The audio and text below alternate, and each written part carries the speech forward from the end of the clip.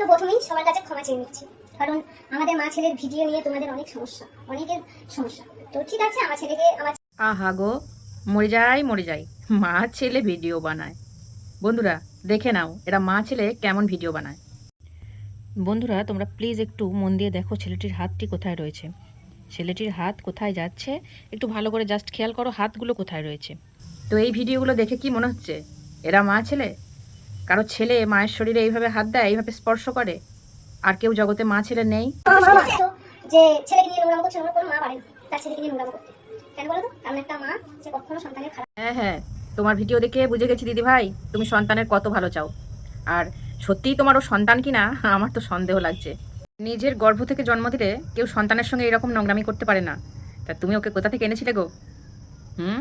ও সত্যিই কি তোমার সন্তান নাকি?